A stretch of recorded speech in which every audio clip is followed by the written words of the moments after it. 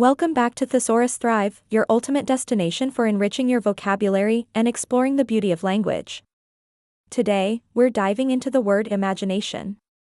So, what does imagination mean in English? At its essence, imagination refers to the ability of the mind to be creative and resourceful, envisioning things that are not present or real.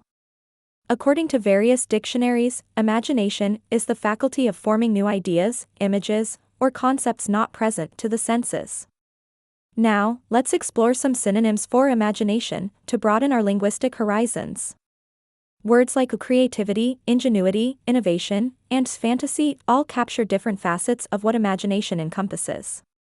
For instance, creativity emphasizes the ability to produce original and unusual ideas, while a fantasy often implies a more whimsical or fanciful aspect of imagination.